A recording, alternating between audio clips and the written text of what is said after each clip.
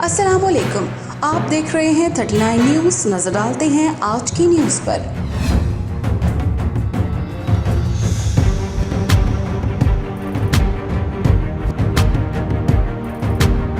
तफसीलात जानते हैं अपने नुमाइंदे से।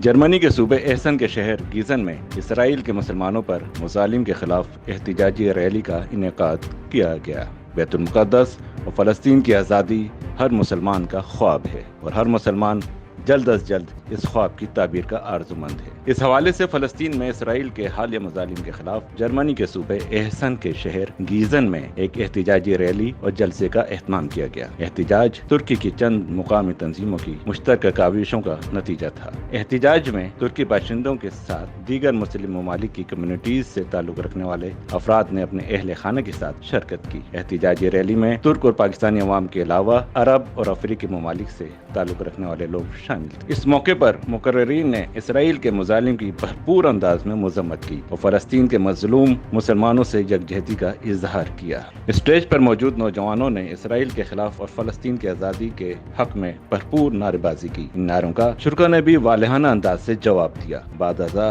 रैली के शुरा पुरअमन अंदाज में मुंतशिर हो गए। खान क़यादत, 39 न्यूज़, जर्मनी।